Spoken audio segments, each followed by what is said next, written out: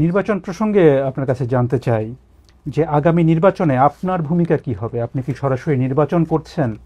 আপনাকে কি আমরা প্রধানমন্ত্রী পদের প্রত্যাশী হিসেবে দেখতে পাবো নির্বাচনে? আমার মনে হয় আপনি প্রথম দিকে বোধহয় একটা প্রশ্ন করেছেন, আমি ওখানে বলেছিলাম যে স্বাভাবিক আমি একজন রাজনৈতিক দলের সদস্য, একজন রাজনৈতিক কর্মী আমি। নির্বাচনের সাথে তো রাজনৈতিক দল এবং রাজনৈতিক কর্মীর ওতপ্রোত সম্পর্ক, কাজেই নির্বাচন যেখানে একটি আহ, মানে জনগণের সম্পৃক্ত এরকম একটি নির্বাচন হবে, সেখানে তো অবশ্যই আমি নিজেকে দূরে থাকতে পারবো না, আমাকে আসতেই হবে। স্বাভাবিকভাবেই আহ, মাঠেই ইনশাল্লাহ থাকবো আমি।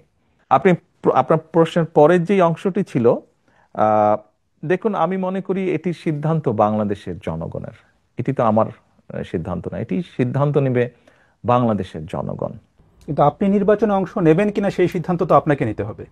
না না, সেটি তো নিব, কেন নিব না, অবশ্যই নিব। আপনি নির্বাচনে অংশ নিচ্ছেন তাহলে? জি। ইনশাল্লাহ। অর্থাৎ আপনি বিএনপি যদি ক্ষমতায় আসে বা নির্বাচনে অংশ নেয়, সেক্ষেত্রে প্রধানমন্ত্রী পদের প্রত্যাশী হিসাবে আমরা তারেক রহমানকে দেখতে পাবো, সেটা আমরা নিশ্চিতভাবে বলতে পারি এটির সিদ্ধান্ত তো বাংলাদেশের জনগণের। বিএনপির পক্ষ থেকে। সেক্ষেত্রে তো এটি দল সিদ্ধান্ত নেবে, দল কিভাবে করবে এটি তো দলের সিদ্ধান্ত।